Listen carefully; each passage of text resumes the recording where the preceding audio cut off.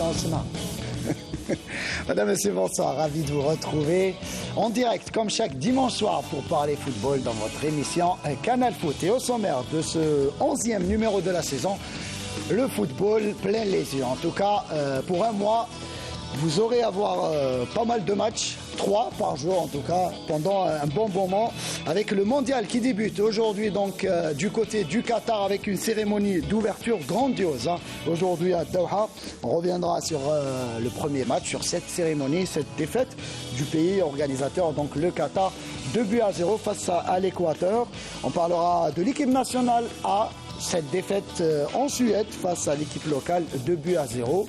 Et la victoire, et l'équipe nationale a prime, donc qui continue à enchaîner les victoires, cette fois-ci face à la Sierra Leone et qui se prépare idéalement pour le championnat d'Afrique des Nations. On aura une interview à vous passer de Nordin Qureshi, l'ancien défenseur de l'équipe nationale des années 1980. Et on finira par la Ligue 2 et la 8e journée disputée ce week-end. Et pour parler et aborder tous ces thèmes et sujets, j'ai le plaisir d'avoir sur ce plateau un quatuor, en tout cas de la maison. J'ai envie de dire, quasiment exclusive, en tout cas exclusivité télévision algérienne avec Mostafa Koussi qui nous fait l'honneur d'être parmi nous aujourd'hui. Merci Mostafa. De rien, Saïd, bonsoir et bonsoir à tous les téléspectateurs de Canal+. Canal+. Canal Algérie. Ouais. Canal Algérie. Canal Algérie. Et ça me fait vraiment plaisir de me retrouver aussi avec des anciens. Ah ben aujourd'hui, en tout cas, le plateau est bien choisi. À vos côtés, on retrouve l'inamovible, toujours présent à côté de moi, donc Abdelnour Kawad. Abdelnour, bonsoir. Bonsoir Saïd, bonsoir à nos amis et bonsoir mon cher ami Mostafa qui a été, il ne faut pas l'oublier, mon adversaire et mon coéquipier en même temps en équipe nationale. Il faut, donc, de toute façon, il y a une défense, il nous manque juste un défenseur latéral droit. Et on Justement, on passe de l'autre côté de la table avec 2 défenseurs là aussi. Brahim Zafour, merci d'être avec nous ce soir. Bonsoir Saïd, bonsoir à tous les téléspectateurs. C'est un plaisir d'être parmi nous. Très sérieux, Brahim. Normal. Tranquille, pour l'instant. Et à vos côtés, là aussi, un habituel de Canal Algérie, Ahmed Laribi. Ahmed, bonsoir. Bonsoir Saïd, et très heureux de vous retrouver. Là aujourd'hui, vous avez une charnière centrale. En face, il y a un gardien de but, un latéral gauche. Il nous manque un latéral droit. Est-ce que tu peux tenir ce rôle? Ah, moi, je joue à tous les postes. Je peux jouer à droite. Il est polyvalent. Je l'ai vu. Il est polyvalent. Il est pas mal. On a joué ensemble. Ça fait plaisir. Juste pour la petite précision, Mostafa et moi, on a joué en cadet junior senior. Et ça, c'est une information que je n'avais pas. Oui. On a reconstitué l'équipe ça nous rajeunit. Ah oui, beaucoup. En tout cas, Mostafa, on le sent très affûté comme toujours. Merci à vous tous en tout cas d'être venus et sans plus tarder, donc on commence cette émission donc à la une. Qu'est-ce qui a fait la une de cette journée et cette Coupe du Monde qui débute du côté du Qatar?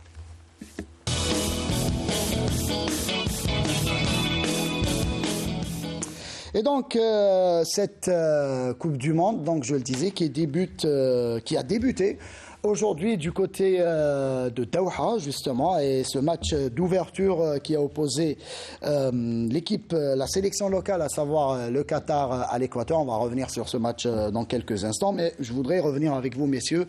Vous avez suivi la cérémonie d'ouverture. Vous le disiez tout à l'heure, Mostafa, que c'était une cérémonie d'ouverture grandiose et c'était exceptionnel, en tout cas, cette cérémonie. On n'est pas surpris, on s'y attendait un petit peu. Oui, effectivement. Moi, je pense que ça a été une cérémonie grandiose. C'est le moins que l'on puisse dire. J'avoue même que j'ai eu du mal à parler en voyant tous ces couleurs, les traditions. C'était concentré. Non, c'était presque un cocktail, disons. Donc, pratiquement on a repassé pratiquement toutes les coupes du monde. Il ne faut pas oublier que c'est la 22e, donc 21e. C'était un clin d'œil pour les précédentes éditions. Et puis, aussi, côté organisationnel, c'était magnifique. C'est le moins que l'on puisse dire. Messieurs, oui, moi je pense que ce qu'a dit Mostafa est vraiment c'est l'illustration parfaite. Et puis ce qu'on peut dire, c'est que à travers cette Coupe du Monde, Qatar a fait honneur d'abord au continent africain et puis aux pays arabes aussi. Et ça fait plaisir de voir justement ces images-là, de voir toute cette atmosphère à Brahim Safo justement. on n'en avait pas l'habitude. C'est la première fois qu'un pays arabe musulman de surcroît qui organise une telle manifestation sportive. Et quelle manifestation! On parle de la Coupe du Monde, suivie par pratiquement plusieurs centaines de millions de téléspectateurs, voire milliards, exactement, Abdelnour. Donc de voir cette culture musulmane justement portée avec fierté par le Qatar, ça nous fait plaisir à nous tous. Bien sûr, ça fait plaisir de voir un pays musulman déjà organiser cette Coupe du Monde, qui a mis beaucoup de moyens. C'est un pays très riche, qui a mis beaucoup de moyens pour la réussite de cette Coupe du Monde et surtout pour l'ouverture. Donc le Qatar, peut-être qu'il a dépensé plus de 212 milliards d'euros pour cette Coupe du Monde. C'est très important. Donc ils ont mis tous les moyens pour la réussite. Même les infrastructures, je pense que c'est le top. Donc vraiment, ils veulent mettre le paquet pour une bonne réussite et je pense qu'ils ont les moyens pour. Et justement, vous parlez des infrastructures. On va voir ce sujet réalisé pour nous par Yanis Ait Belkacem qui nous fait un petit peu le topo, qui nous explique, qui nous parle du Qatar et de cette Coupe du Monde organisée, vous le disiez si bien, dans des conditions quasiment inédites. On a des stades flambant neufs et surtout une Coupe du Monde qui se déroule dans une même ville quasiment. Donc on a, pour les supporters, ils ont cette possibilité de voir quasiment 3 matchs par journée. On va voir ce sujet et on revient par la suite au débat. La planète football investit le Qatar pour sacrer son nouveau roi lors du premier mondial organisé dans le monde arabe. Le Qatar a mis le paquet pour accélérer en grande pompe l'organisation de cet événement sportif mondial. 220 milliards de dollars au total est le budget alloué pour la Coupe du Monde 2022. Lignes de métro, hôtels, aéroports, routes, le Qatar se veut être à la hauteur de cet événement particulier puisqu'il s'agit du premier pays arabe à organiser la Coupe du Monde, de surcroît neutre en carbone. La compétition se jouera dans 8 stades différents répartis sur 5 sites qui sont directement accessibles en métro.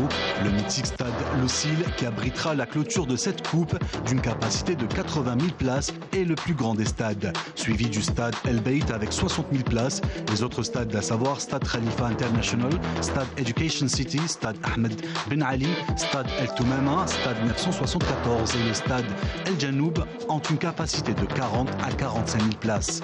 Connu pour son climat aride, les organisateurs ont doté une bonne partie des stades avec un système de climatisation dont l'énergie est produite à partir de stations photovoltaïques de plus de 1,8 million de panneaux d'une capacité de 800 MW et s'étendant sur 10 km² pour alimenter les stades en électricité et réduire ainsi 26 millions de tonnes les émissions de CO2. Tout a été étudié pour faciliter la fluidité des trajets entre les stades, les lieux d'hébergement et les autres sites.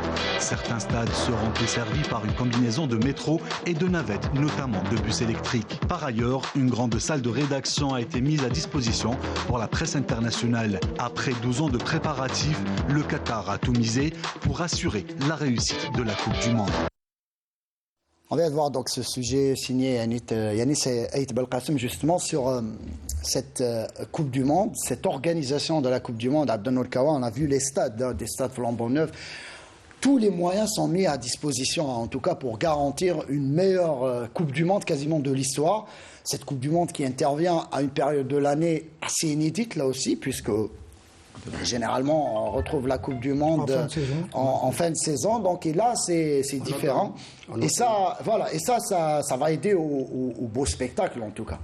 Logiquement, ça doit aider, mais quand on est en train de voir un peu ce qui est en train de se passer, il y a pas mal d'équipes qui ont perdu des joueurs au tout dernier moment, donc ils ont été pénalisés.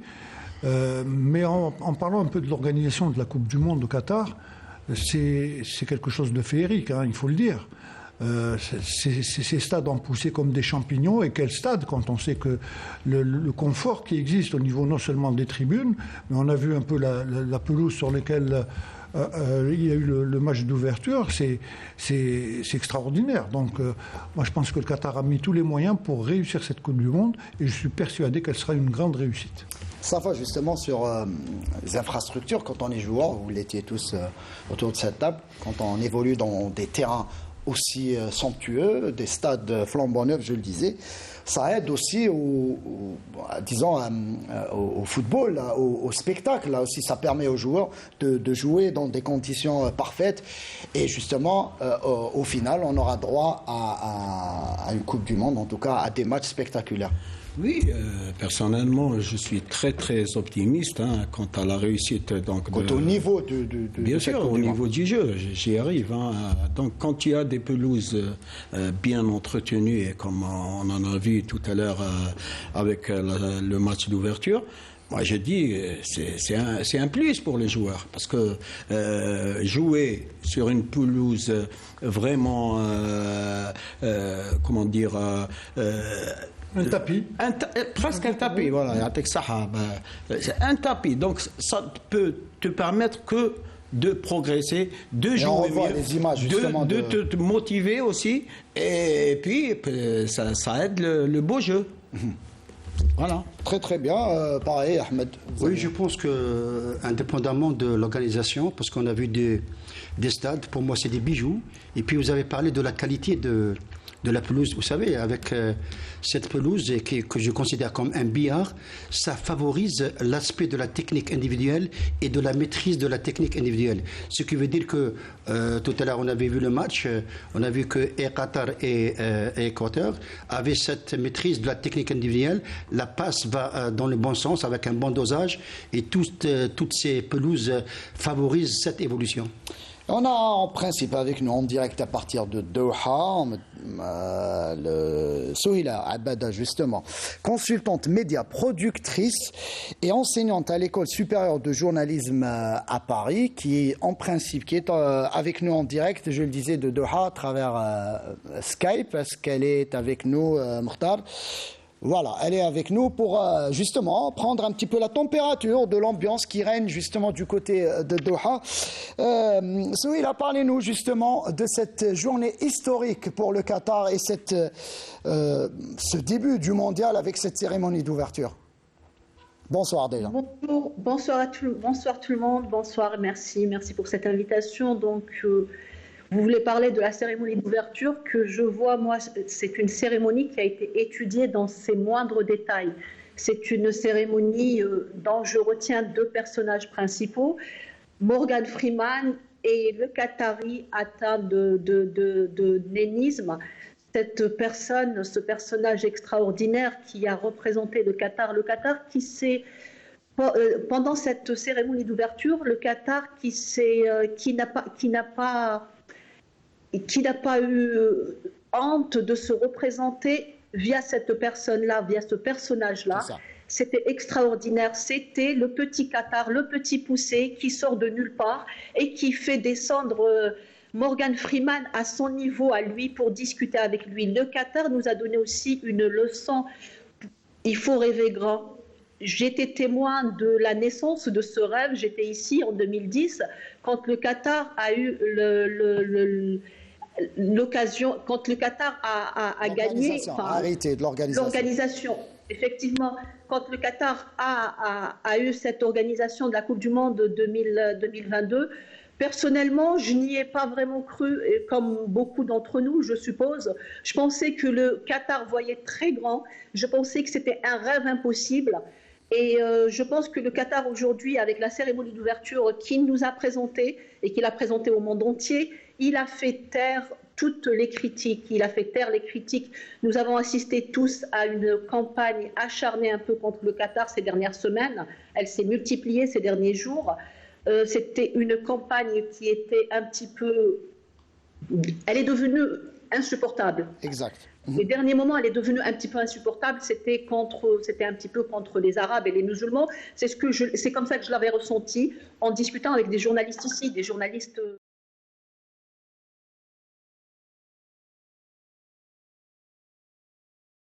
بسم الله الرحمن الرحيم إن الصلاة كانت على المؤمنين كتابا موقوتا صدق الله العظيم.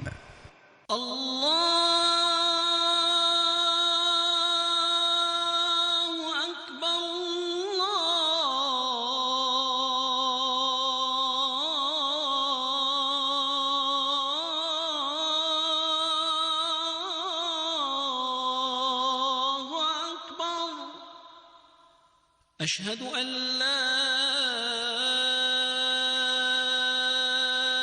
إله إلا الله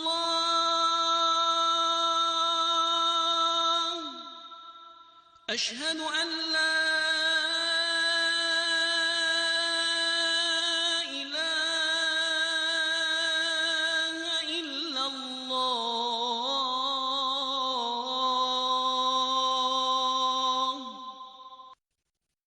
أشهد أن محمدًا رسول الله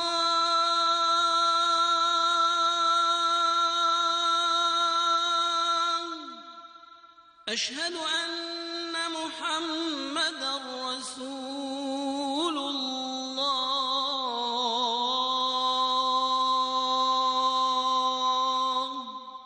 حي على الصلاة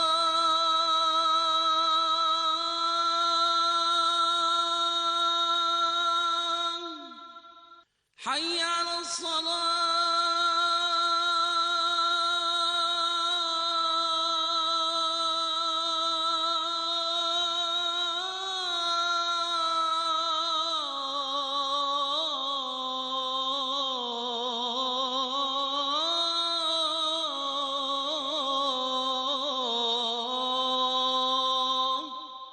حي على الفلاح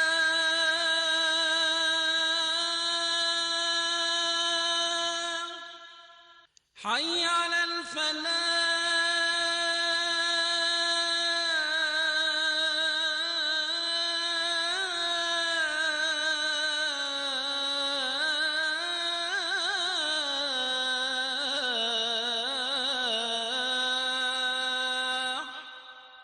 الله أكبر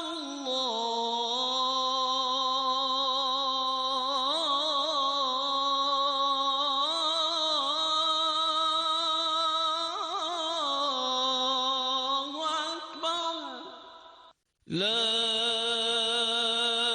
إله إلا الله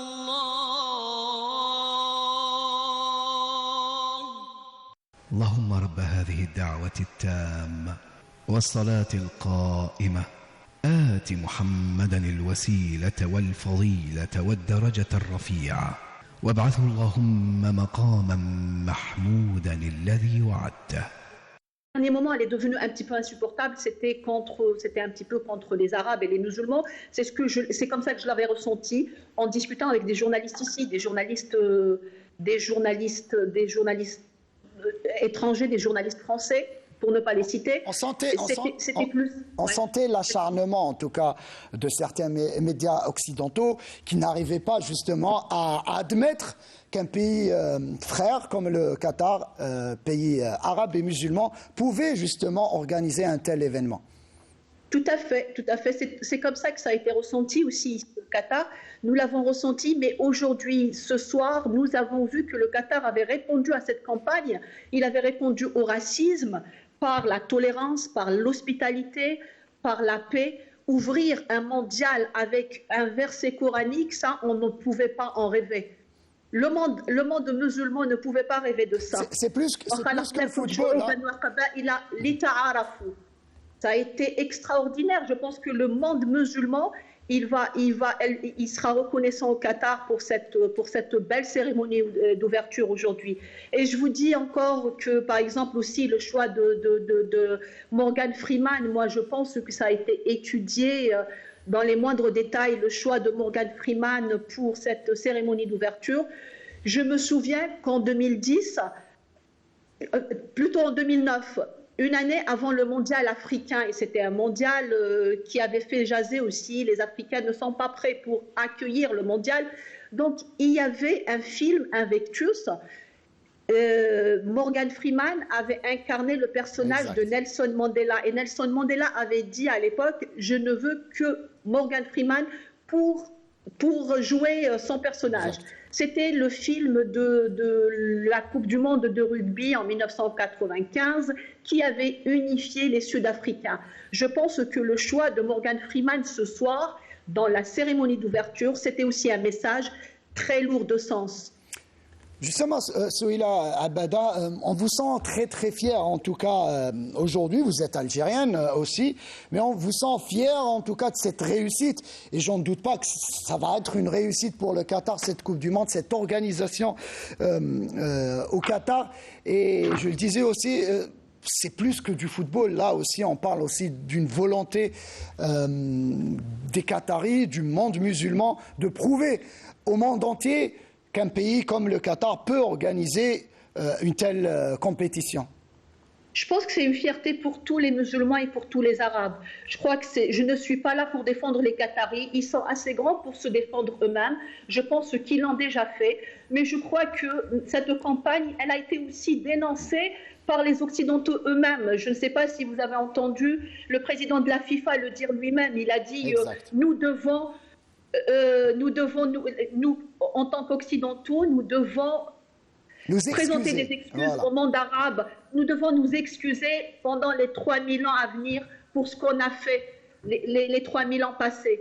Donc je pense que ça vient aussi de l'Occident qui dit aujourd'hui, effectivement, on a trop fait. Il n'y a pas que le président de la FIFA, il y avait aussi des journalistes anglais qui ont parlé de ça et qui ont dit à qui voulez-vous attribuer la Coupe du Monde un pays comme l'Angleterre qui a envahi l'Irak?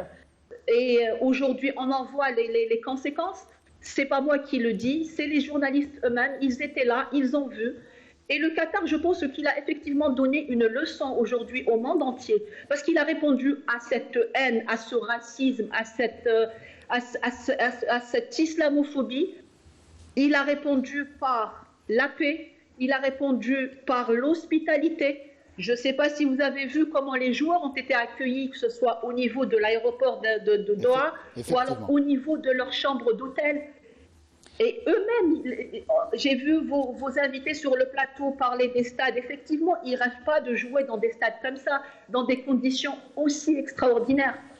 Et ce n'est pas une défense du Qatar, c'est une réalité qu'il faut reconnaître aujourd'hui.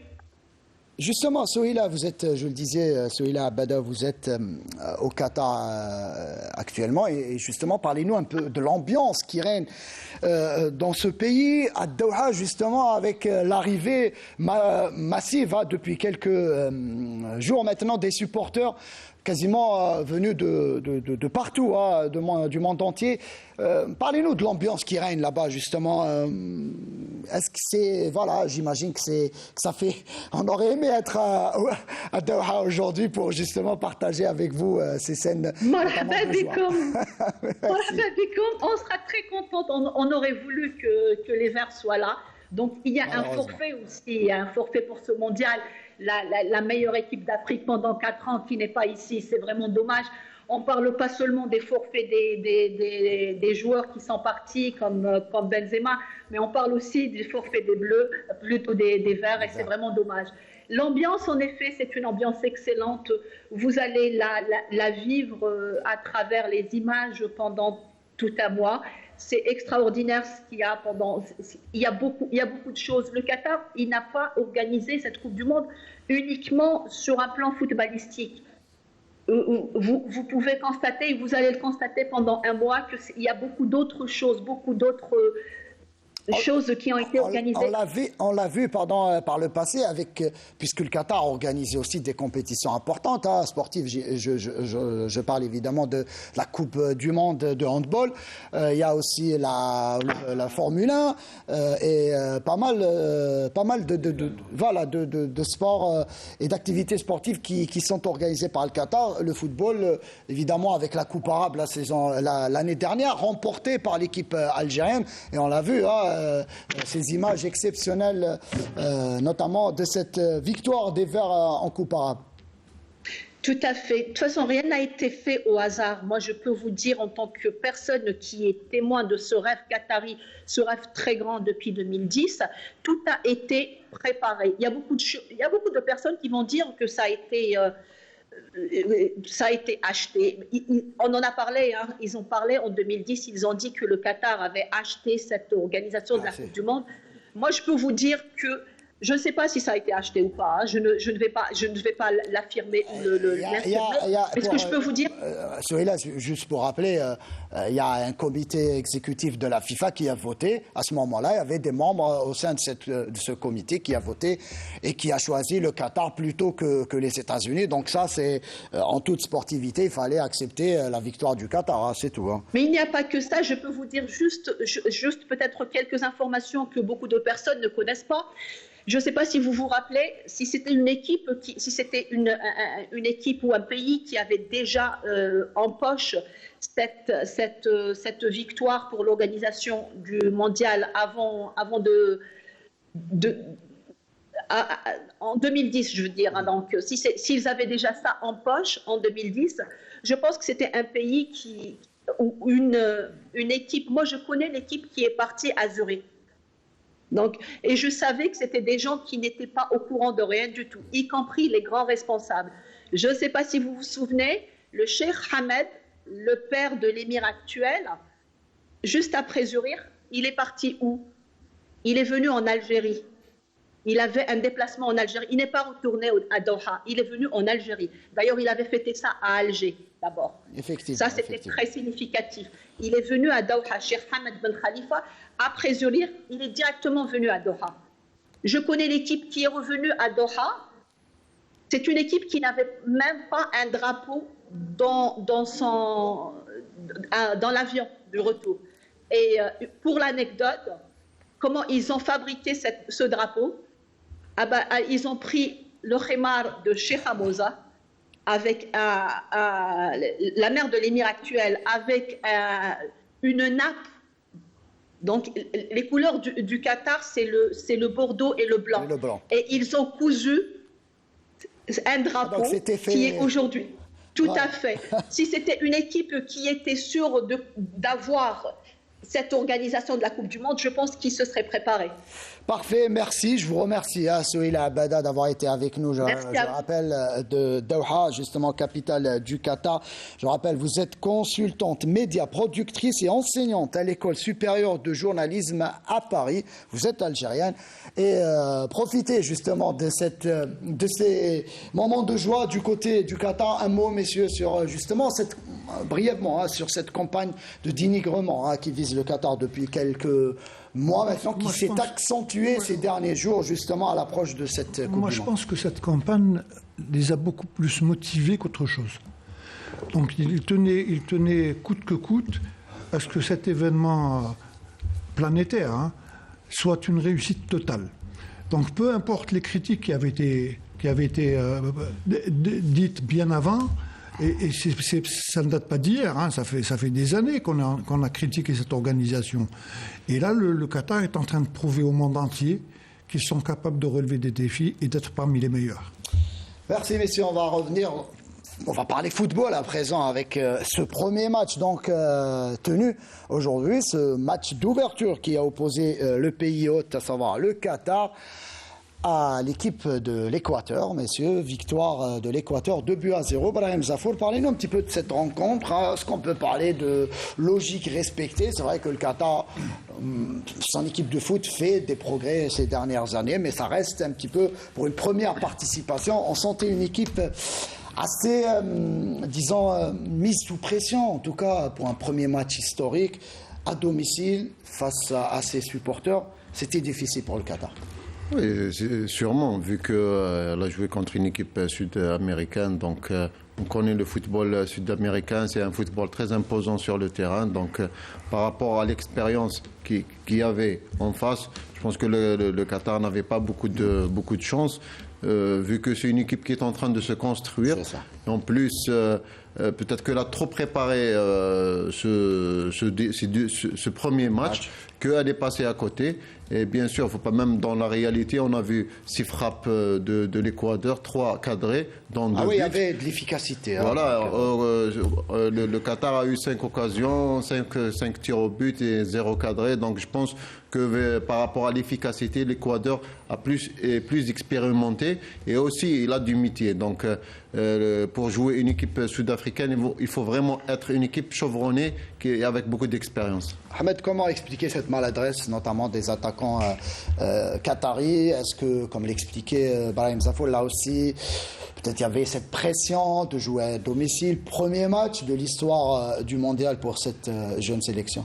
Ah oui, ce qu'il faut retenir, c'est que pour sa première apparition dans cette Coupe du Monde, la 22e, qu'on avait si bien souligné Moustapha tout à l'heure, on a senti d'entrée que pour un match d'ouverture, cette équipe de Qatar était trop fébrile pour moi, parce que d'entrée, elle a encaissé un pénalty à la 6e minute de jeu, et puis à la 31e minute de jeu, elle encaisse un deuxième but. Ce deuxième but a affaibli un petit peu l'état d'esprit de cette équipe du Qatar, parce qu'en face, il y avait une équipe d'Équateur vraiment très affûtée, parce que moi, j'ai décelé beaucoup de choses positives dans leur façon de jouer, sans déminer d'abord le mérite de cette équipe de Qatar. Mais en face, il y a une équipe qui a participé à 4 Coupes du Monde, alors que le Qatar, c'est sa première apparition. Dans le jeu, dans le contenu de jeu de cette équipe d'Équateur, j'ai vu qu'il y a beaucoup de facettes technico-tactiques, avec ballon, sans ballon. À un moment donné, ils avaient un dispositif de 4-4-2. En perte de balle, il devient un 4-4-2 en perte de balle. En situation offensive, il devient un 4-2-4. Et puis il y a les latéraux qui montent et ça devient un 2-2-6. C'est-à-dire qu'ils ont joué l'offensive à outrance. Ils ont senti qu'aujourd'hui, on peut gagner ce match. J'espère que le Qatar va se ressaisir et rebondir pour le prochain match, je pense, contre le Sénégal. Très très bien, messieurs. Et cette Coupe du Monde, malheureusement, ça fait partie du football. Pas mal de stars vont manquer à ce rendez-vous. Et le dernier en date, messieurs, c'est Karim Benzema, le lauréat du dernier Ballon d'Or France Football, qui s'est blessé donc hier à l'entraînement et qui est forfait, tout comme Sadio Mané. On a eu de la peine pour nos amis sénégalais qui vont jouer sans leur star mondiale, sans leur star fétiche, à savoir Mané, et d'autres joueurs. Justement, Sarah Derbel a fait une petite recherche, il est revenu sur ces stars qui vont louper cette Coupe du Monde. Enfin, sur le sujet, on revient par la suite.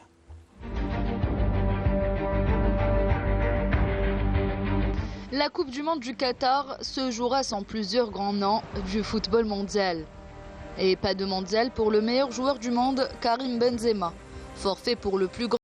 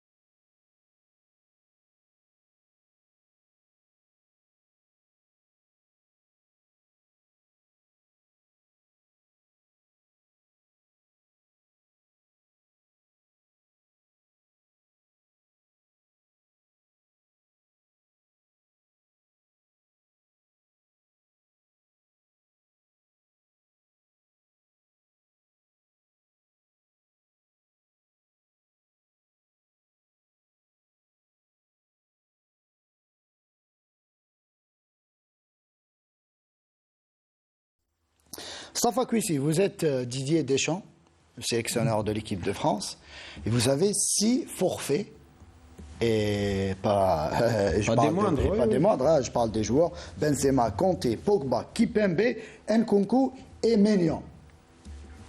Et tenant du titre, avec la pression du tenant du titre, ça va être compliqué pour l'équipe de France. Le moins que l'on puisse dire, c'est que c'est un coup dur, perdre la moitié de son effectif et surtout des joueurs, des cadres.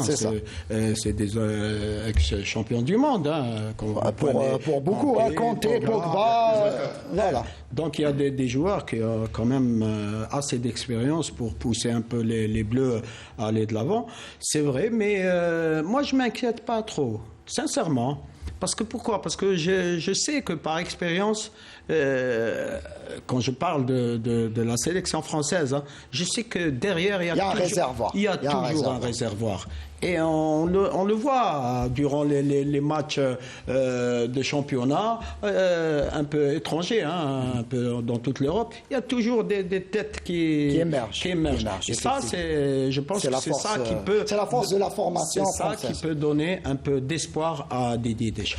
Pour le Sénégal, Abdelnour Kawa, justement, on est triste pour le Sénégal et surtout pour Sadio Mané qui s'est blessé lors du dernier match avant le mondial avec le Bayern Munich.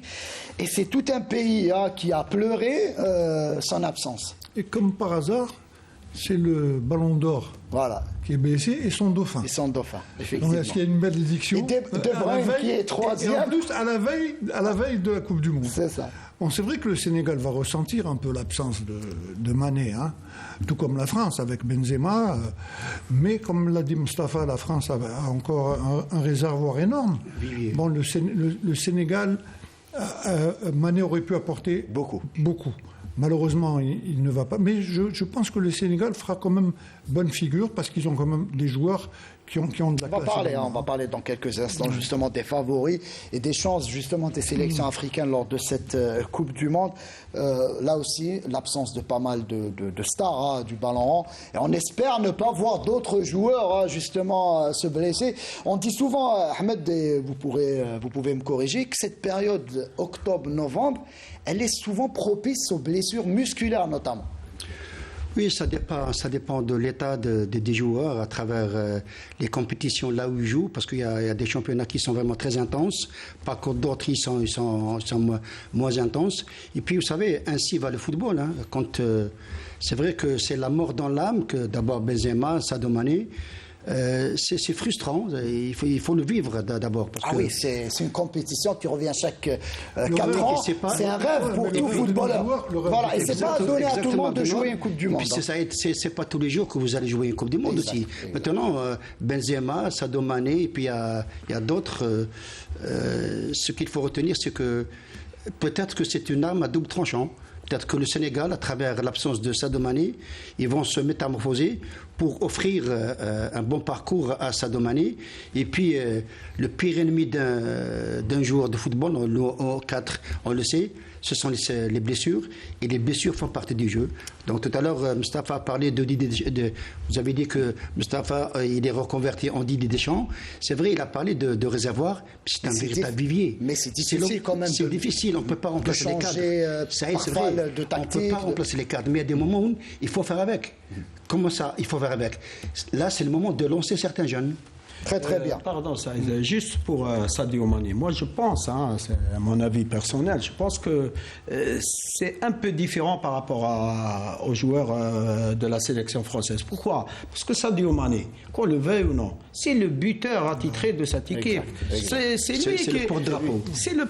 lui qui marque pratiquement tous les buts importants. C'est Sadio Mané qui a offert pratiquement la Coupe d'Afrique. C'est ça la vraie question qui se pose.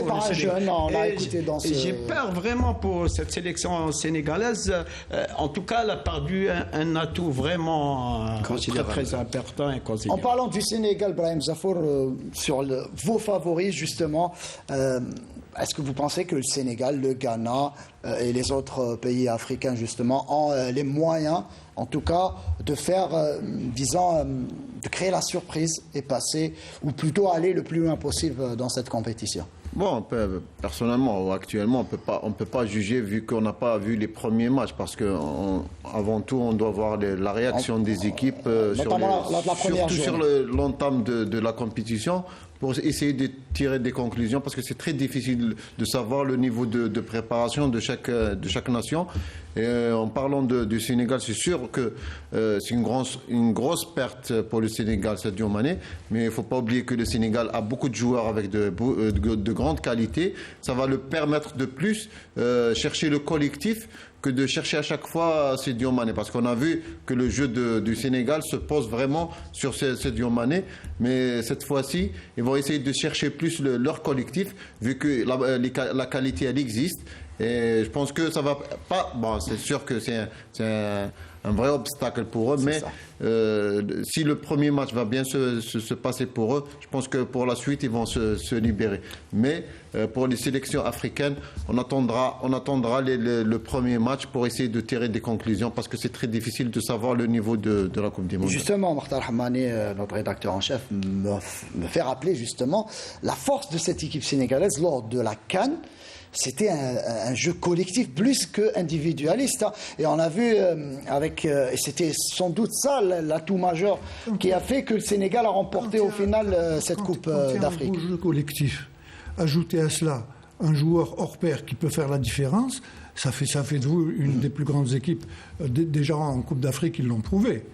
Bon, malheureusement, c'est vrai que les premiers matchs dans cette Coupe du Monde vont être déterminants pour les équipes. Donc le Sénégal, est tombé dans le groupe, on le connaît, hein, le Qatar, l'Équateur et la Hollande. Moi, je pense qu'ils ont quand même... Le Sénégal doit doit débuter, absolument, doit bien débuter plutôt la compétition. Leur prochain match, ça va être contre le Qatar. Donc, j'espère que... Non, le Sénégal contre la Hollande. La Hollande, le deuxième match, ça sera contre demain. mais le match demain. Le prochain match, c'est contre le deuxième match. Si vous voulez, c'est contre le Qatar.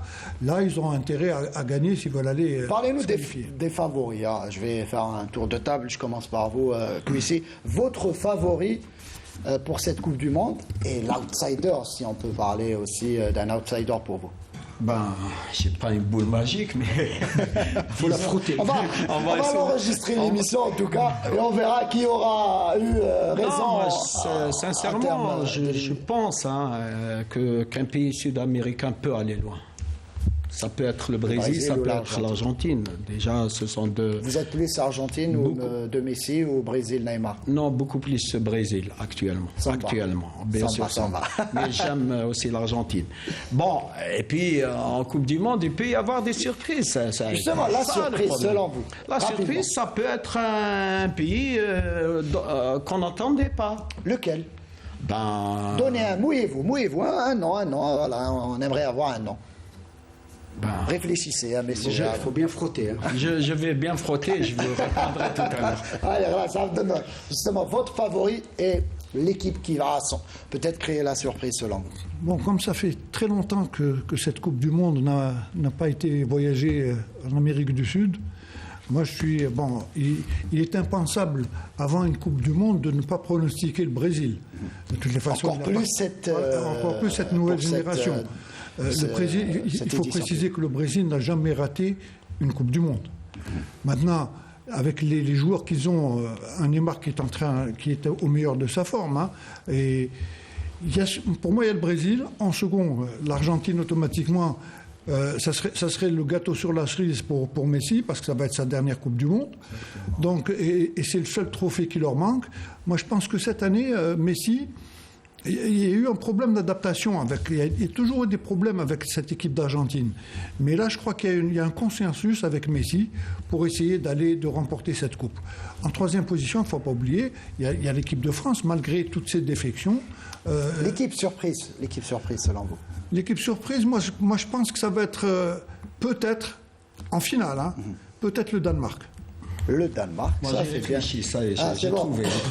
Donc je pense beaucoup plus à la Croatie. À la Croatie, on ne peut plus parler de surprise. Si, ça peut Mustafa, puisqu'en 2018, la Croatie a atteint la finale. Donc, oui, mais ils peuvent même la gagner.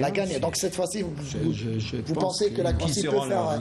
Voilà, Brahim. Moi, je vois bien le Brésil. J'ai été toujours pour le Brésil et je pense que l'Allemagne a son mot à dire. Vous pensez que l'Allemagne a son mot à dire? A son mot à dire dans cette... S'il n'y a pas confrontation contre le Brésil, je la vois bien aller en finale. Confrontation contre le Brésil, il va y avoir une revanche. Avec je vois bien les Allemands en finale. Et en surprise Surprise, peut-être la France en troisième. Vous pensez que c'est une surprise si la France gagne la Coupe du Monde? Avec les absents, oui. Vous pensez que c'est une surprise? Oui, je pense que c'est une surprise. Oui. Donc parce qu'on a vu le niveau de la France en Coupe des Nations. Elle était vraiment médiocre. Elle était médiocre. Donc vous pensez que la France... s'il y a un sursaut d'orgueil, il va y avoir une surprise du côté de la France, même si c'est le tenant des titres. Vous savez, dans le football de haut niveau maintenant, les surprises font partie des deux quotas footballistiques. Mais moi, je vais nommer 4 pays, plutôt 4 nations de football. Parlez-nous d'une surprise, on ne peut pas avoir 4 surprises. Je vais dire, ce que je veux dire, Saïd, c'est que... Ahmed, il veut gagner à tout prix. Les collègues ont parlé de France. Parlez-nous, au moins 2 sélections que vous voyez aller loin et peut-être remporter le trophée, et une équipe surprise. Comme ça c'est une bonne question. Bon, je vais dire l'Argentine et l'Angleterre. L'Argentine et l'Angleterre. Donc pas de Brésil, l'équipe surprise. Surprise comment? Dans quel sens? Qui peut créer la surprise dans le carré final. Une équipe qu'on ne pouvait pas attendre peut-être. J'espère qu'il y aura une surprise. Laquelle? Un petit pays qui peut aller en quart, en demi, en finale. Quel pays? Je ne sais pas, j'ai pas de boule magique. Ça peut être maghrébin, non? Le Maroc. La Tunisie peut-être. Voilà, bien sûr. En parlant d'équipes de favoris, vous avez oublié le Portugal, puisque Mohamed Stoll justement me dit à l'oreillette que le Portugal a une équipe qui peut aller loin dans cette Coupe du Monde. En tout cas, on va voir. On aura le temps pour parler justement de toute cette Coupe du Monde, et des chances des équipes participantes. Malheureusement, une Coupe du Monde à laquelle ne participera pas l'équipe nationale algérienne, puisqu'elle n'est pas qualifiée. Malheureusement, hier, justement, l'équipe algérienne ne s'est pas rendue à Doha, mais s'est rendue à Malmö pour affronter l'équipe suédoise en match amical. On va parler de ce match dans quelques instants, après le jingle.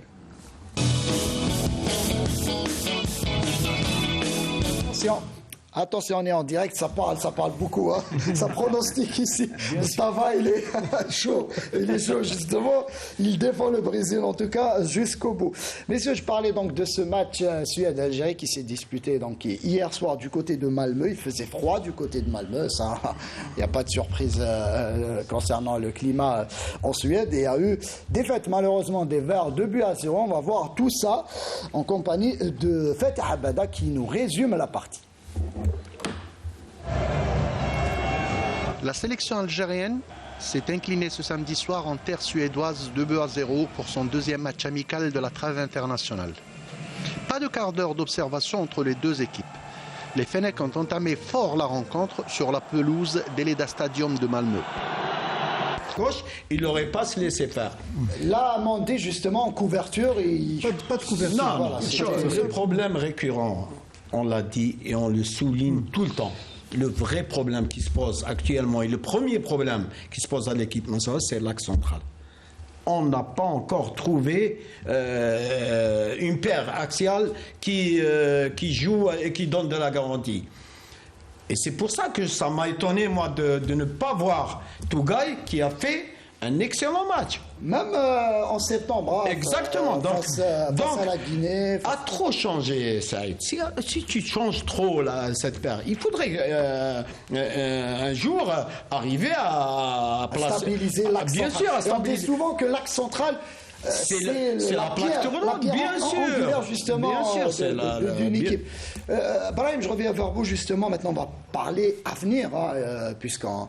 Je pense qu'il est temps maintenant de faire en tout cas de procéder à des choix forts de la part notamment du sélectionneur national. On ne jouera plus jusqu'à mars prochain avec la reprise des éliminatoires pour la CAN 2024 en Côte d'Ivoire. On va affronter une équipe a priori assez abordable, le Niger. Il y aura 2 matchs en aller et retour. Si on doit parler des joueurs, justement, un petit peu des nouveautés, une question qui ne plaît pas très souvent à Jamel Belmadi, mais faut-il le reconnaître? Hier, par exemple, avant le match, on était quasiment tous unanimes pour un petit peu... on a tous, j'essaie de retrouver le mot, en tout cas, pratiquement tout le monde connaissait le 11 qui allait jouer face à cette équipe de la Suède. Pas de changement quasiment, pas de surprise. Mahrez toujours à droite, même s'il n'est pas au top de sa forme avec Manchester City. Belali toujours à gauche de l'attaque. Slimani, là aussi, un seul but cette saison en championnat de France qui est titulaire. C'est vrai que Delors était absent pour blessure. Après, est-ce qu'on pouvait donner l'occasion à Amora d'être titulaire, comme l'a été Haribé lors du précédent match, au milieu du terrain, là aussi. Est-ce qu'il est temps de prendre des décisions fortes, comme les avait prises Djamel Belmadi un certain octobre 2018, ou plutôt novembre 2018, avec ce match remporté au Togo 4-1? Non, pour répondre par rapport à Mahrez, je pense qu'à City, il fait ses matchs, même si quand il rentre, quand même. Cette saison un peu moins, Brahim. Plus ou moins, mais on le voit défendre, on le voit attaquer, on le voit, il participe au jeu. Mais là, en équipe nationale, il n'y est plus. Pour moi, il n'y est plus. Il est sur le couloir droit, il ne participe pas sur le plan défensif.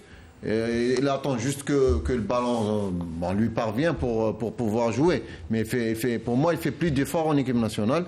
Donc maintenant, le coach doit faire des changements, doit s'imposer, doit être plus dur, plus ferme. Parce que là, le groupe commence à partir en vrille. On voit, il n'y a plus d'état d'esprit. Sur le terrain, il n'y a plus d'état d'esprit, il n'y a plus cette équipe gagnante, concurrente, combattante. Donc on a perdu cet état d'esprit d'une équipe compétitive. Voilà, on est là pour être là et on le sent et on le ressent sur le terrain. Maintenant, il faut donner la chance à certains jeunes joueurs, surtout que on est dans un groupe qui est abordable. C'est vrai. C'est l'occasion. On a un match contre le Niger qu'on a battu récemment avec des scores un peu fleuves. Donc, c'est la chance. Il doit donner la chance à certains joueurs pour les voir, pour voir leur comportement sur le terrain. Rapidement. Oui, rapidement. Ce qu'il faut retenir, la problématique réelle de notre sélection nationale, c'est que depuis très longtemps, on pratique un jeu stéréotypé. Qu'est-ce que ça veut dire? Ça veut dire qu'on joue toujours de la même manière. Ce qui facilite la tâche pour les adversaires, ils nous connaissent mieux étudier et jouer sur nos propres faiblesses. Abdelnour, un petit mot avant de conclure avec vous, Mostafa Kouissi. Un petit mot sur Mboulhi, qui réalise, faut-il le reconnaître, un superbe match hier. Il a sauvé l'équipe algérienne à plusieurs reprises. Mais si on doit un petit peu se pencher sur l'avenir, si on doit préparer dès maintenant la CAN 2025 et surtout la Coupe du Monde 2026, c'est dans moins de 4 ans. C'est vrai que Raïs. Est-ce que Raïs Mboulhi sera là d'ici? Aujourd'hui, il a 36 ans. C'est vrai que sa longévité, on a vu des gardiens jouer à 40 ans, 41 ans, 42 ans. Mais est-ce la solution? C'est vrai que tant qu'il est encore compétitif, et la preuve qu'il soit en deuxième division en Arabie Saoudite, ça n'a pas empêché de faire un grand match. D'ailleurs, à notre époque, quand il était avec Vaïd Halilhodžić, il était sans club, il était titulaire, et à chaque fois, il faisait des parties extraordinaires. Donc, Mboulhi, c'est un cas. Il n'y a pas beaucoup de cas comme ça de gardiens de but à travers le monde. Maintenant, c'est vrai que l'avenir... Selon vous, est-ce que Mboulhi doit continuer avec la sélection nationale? Moi, tant qu'il est encore performant, bien sûr. Mais il faudrait quand même... quand on voit un peu Zorba qui a 31 ans, on voit Oukidia qui a également 32 ans. Le plus jeune, c'est Mandrea. 24 ans. 24 ans, mais l'avenir, c'est pas cela. Peut-être Mandrea s'y progresse encore, parce qu'aujourd'hui, il n'a encore rien prouvé. Un mot pour justement parce qu'Ahmed a parlé d'un point très important, donc le schéma de l'équipe. C'est vrai que je pense que l'un des autres problèmes aussi que doit solutionner Belmadi, c'est un peu l'animation offensive. Elle n'existe plus. C'est pour ça qu'on parlait tout à l'heure du jeu individuel au détriment du jeu collectif. C'est quand il n'y a pas d'animation, les joueurs, chacun fait comme bon lui semble. Et là aussi, j'ai remarqué qu'on joue trop latéral. Ces derniers temps, on joue trop latéral, alors qu'en normalement, il faut un peu de verticalité. C'est ça, je crois, le point fort, par exemple, de l'équipe suédoise. Justement, on va parler à présent d'une équipe nationale qui carbure fort, en tout cas, depuis la prise de fonction de Majid Bouguera, de cette équipe nationale Aprime. Elle enchaîne les bonnes prestations, les victoires, et notamment hier avec un nouveau match amical disputé par cette équipe nationale Aprime qui se prépare du côté des Émirats Arabes Unis depuis le 10 novembre dernier pour le CHAN. Et après une victoire 1-0 dimanche dernier face à la Syrie, victoire là aussi face à l'équipe première de la Sierra Leone, 3-0. Une équipe de la Sierra Leone qui nous avait tenu en échec lors de la CAN. Ahmed Aribi justement, belle victoire là aussi de Bouguera.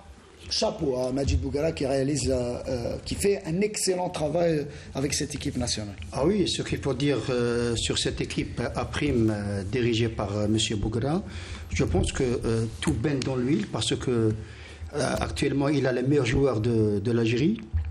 Au niveau des clubs, il y a une ossature qui est composée, je pense, de 18 ou de 20 joueurs entre l'USMA Alger, le Mouloudia d'Alger et le CRB. Et puis, il y a une certaine symbiose. Il y a une osmose entre les joueurs. Il est sur 17 victoires. C'est un... il n'a perdu qu'un seul match depuis la prise. Oui, il a 17 victoires. C'est énorme, c'est bien. C'est de bon augure pour l'état d'esprit. Mais attention, Saïd, le football est imprévisible. Parce que c'est bien de gagner 17 victoires, mais dans le cas échéant, c'est-à-dire en compétition officielle... On l'a vu avec l'équipe nationale A, on était sur une série de 35 matchs sans défaite, et au final, on termine dernier. Voilà, on sort au premier tour à la CAN et ce que je veux dire, qu'il faut être prêt lors du jour J, savoir le CHAN, pour essayer de remporter ce CHAN. Brahim Zafour, je parlais de cette victoire 3-0, début inscrit en deuxième mi-temps par Chouaib Kiddad à la 57e minute, puis l'attaquant, plutôt le milieu de terrain, ou attaquant Ahmed Kandoussi, qui a doublé la mise à la 71e minute, avant ce troisième but, un superbe but signé Mziane. Au terme, là, on parle de l'animation offensive, au terme d'une action rondement menée par l'équipe algérienne. Malheureusement, du côté de la Fédération algérienne de football, on n'a pas mis en ligne encore les buts de cette partie. On a pu suivre à travers un partage d'une page de la Fédération de la Sierra Leone. En tout cas, une équipe qui aligne les victoires, et je le disais, face à l'équipe de la Sierra Leone qui nous avait, on a souffert. On n'a même pas pu marquer un but face à cette équipe. Non, la chose à souligner, c'est des choix judicieux de joueurs qu'a fait Majid Bouguera, parce qu'il a choisi plus Bouguera la cohésion. Qui se déplace. Qui se déplace un peu partout en Algérie. Mais il a choisi plus la cohésion que la qualité de joueur. Parce que auparavant, il faisait un peu la sélection dans les clubs 1, 2, 3. Donc maintenant, il a plus préféré prendre de l'USMA, Mouloudia et le CRB parce qu'il n'a pas beaucoup de temps pour préparer. Ce qui est logique. C'est très logique parce que c'est des équipes qui sont un peu en forme. Donc il a cherché plus la cohésion de joueurs sur le terrain que la qualité de joueur, parce que ça va lui prendre beaucoup de temps pour essayer de chercher cette cohésion. Aujourd'hui, on le voit avec les résultats qui lui donnent raison. Et bien sûr, pour préparer la CHAN qui est ici en Algérie, je pense qu'on va voir une très bonne équipe de notre équipe nationale. Et justement, on va passer à présent, on va rester plutôt avec les équipes nationales A et A'. Avec Nordin Qureshi, l'ancien joueur de cette équipe nationale des années 80, en interview. Jingle et on revient.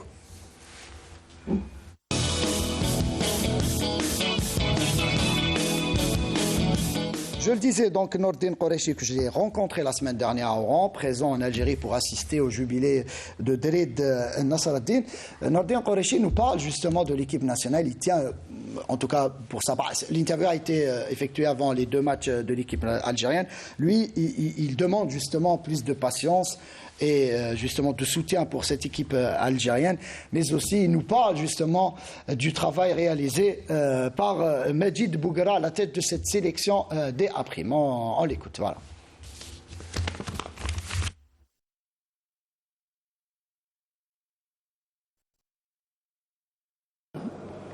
Il y avait plusieurs regards. Il y avait celle qui a gagné la CAN, qui a été une équipe qui était bien en place, une équipe qui était complète sur le plan, dans tous les domaines, que ce soit dans l'animation offensive, une équipe qui jouait avec le cœur. Et petit à petit, voilà, ça s'est un peu déréglé, comme Ça peut exister. Le plus dur dans le football de haut niveau, c'est pas de monter, c'est d'y rester. Malheureusement, il y a eu ce match Algérie-Cameroun qui nous a fait beaucoup de mal. Et surtout pour nous, pays algériens, ne pas participer à la Coupe du Monde dans un pays arabe comme le Qatar est une grande déception.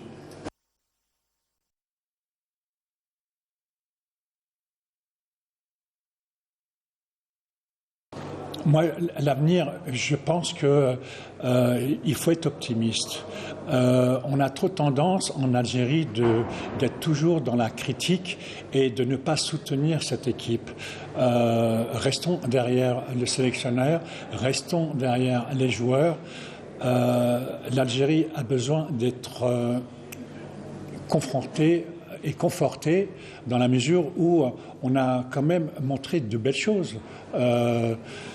Donc, maintenant, soyons optimistes et soyons solidaires et en restant derrière cette équipe nationale. Il faut la supporter.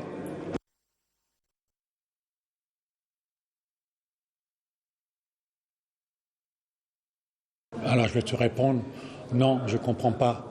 Soit tu acceptes, soit tu n'acceptes pas. Ou alors, soit tu prends l'Algérie, ou soit tu la mets de côté. Mais tu n'attends pas, tu n'hésites pas, il n'y a pas de compromis. Soit tu viens avec ta qualité de footballeur de haut niveau et tu viens représenter un pays, mais il n'y a aucune hésitation à faire.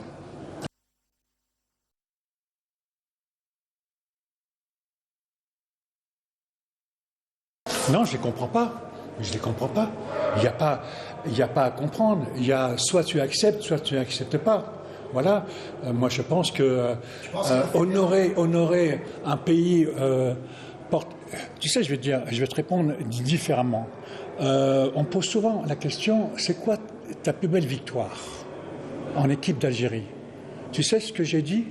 Moi, ma plus belle victoire, c'est d'avoir fait pleurer mon père. De joie. Oui, de porter le maillot de l'équipe d'Algérie. Je resterai là-dessus.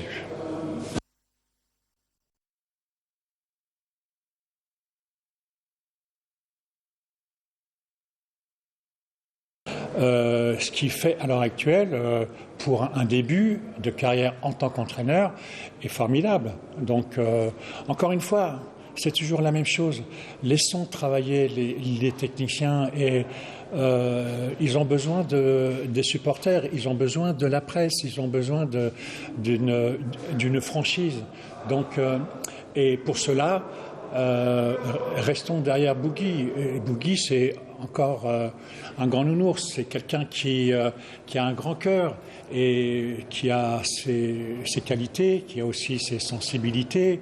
Et soutenir Belmadi, soutenir Bouguera, soutenir ceux qui ont des responsabilités, parce que c'est eux qui sont les porteurs du drapeau de l'Algérie.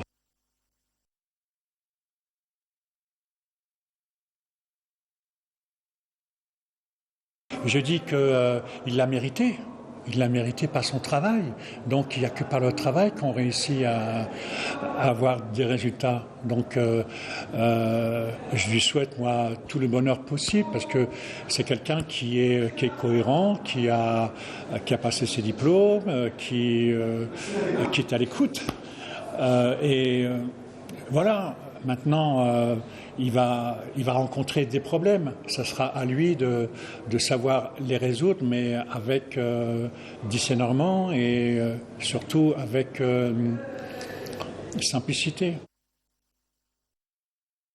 Abdel vous salue, Nordin Qureshi, puisque vous l'avez côtoyé pendant pas mal de temps en sélection en compagnie de Vahid Halilovic. Mm-hmm.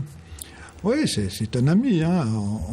On se connaissait à peine avant.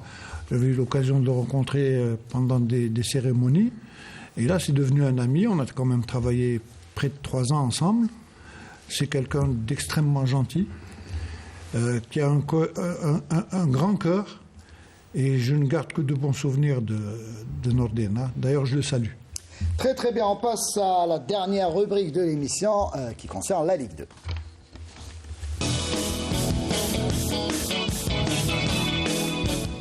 Et on a joué ce week-end pour le compte de la 8e journée de Ligue 2, messieurs, avec l'équipe de l'Espérance de Mostaganem qui continue en tout cas de gagner et conserve la place de leader en s'imposant à Alger face au NED USND.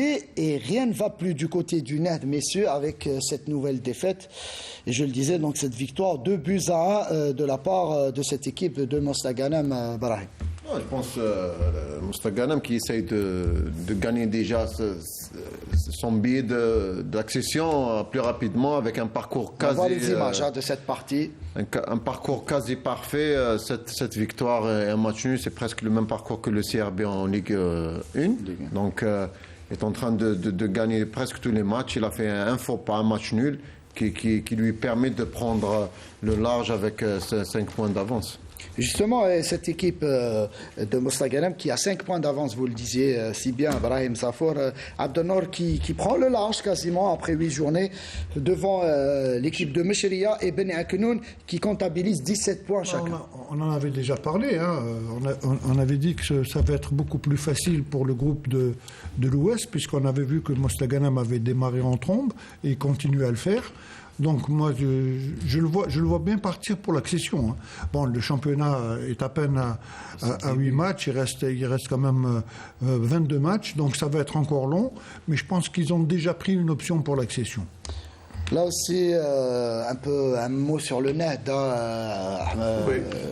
Ahmed et Kouissi, justement, le NED connaissait très bien ce club. Concernant le NED, j'ai vu son match de Coupe d'Algérie contre l'USMH. J'avais discuté à l'époque avec l'entraîneur, M. Karim Boufnara, qui est un collègue, c'est un entraîneur comme nous. Et puis, on avait dit que c'est peut-être le sursaut de cette équipe du NED. Malheureusement, ça n'a pas été le cas. 2 victoires en Coupe d'Algérie, mais en championnat qui peine à gagner. Ils sont avant-derniers avec 4 points dans 8 journées. Là, le NED est en train de manger son pain noir. Rélizen aussi dernier au classement général. Rélizen, c'était prévisible. Hein. Avec les problèmes. On a les 3 derniers, ou les 4 derniers du championnat de Ligue 2 Ouest. On a le RC Kouba, Azmodoran, NED et RC Rélizen. 3 ex-écoles de foot. C'est des écoles de foot. Ça fait mal de voir. Vous avez parlé du NAD, Ahmed. Ouais. C'est vrai que le NAD, c'est désolant de les voir dans cette situation. Mais les raisons sont connues. Absolument. Tout le monde les connaît. Donc, une mauvaise gestion des batailles tout le temps entre les dirigeants. Voilà. Bien sûr, des luttes internes. Donc, tout ça, même chose à Kouba. RC Kouba aussi, hein. Une école de football. L'année passée avait fait un très bon parcours. Exactement. Mais bon, toujours, c'est un problème de dirigeants, donc de gestion. C'est ça, tous ces clubs qui souffrent actuellement, ce sont des problèmes de gestion. On passe à l'autre groupe, le groupe Centre-Est, là aussi avec l'AS Khouroub qui reste premier, malgré son match nul face à l'équipe de l'Allemagne. Un petit mot sur ce groupe Centre-Est, Abdelnour. Oui, le Khouroub déjà, on avait déjà expansionnaire de Ligue 1. Voilà, non seulement ça, ils ont la ferme intention de rejoindre la Division 1. C'est vrai qu'ils ont mis les moyens. Le chemin, comme je l'ai dit, comme pour Mostaganem, le chemin est encore très long. Mais moi, je pense que le club déjà peut prendre une option pour l'accession. Bon, il ne faut pas oublier Annaba également, qui ambitionne également l'accession. Mais pour moi, ça va être beaucoup plus difficile dans le groupe de l'Est que dans le groupe Ouest. Là aussi, un mot, Brahim, sur ce groupe Est avec... le Khouroub est sur une bonne lancée avec... l'US Souffle, là aussi, qui est derrière. Qui talonne avec 15 points. Annaba, je pense qu'il peine des fois à gagner à domicile. Il a fait match nul contre Rosnan à domicile. C'est le problème de Annaba, c'est que des fois il ramène des résultats à l'extérieur et à domicile il fait des matchs nuls. Contrairement à Khouroub qui ne perd pas. Il a fait 3 matchs nuls, il a gagné 5 matchs. Donc il est sur une bonne lancée. Je pense qu'il a sa carte à jouer en Ligue 2 cette année. Place à présent au résultat complet de cette 8e journée et le classement des deux groupes Centre-Est, Centre-Ouest à noter, qui a 2 matchs encore à disputer ce lundi.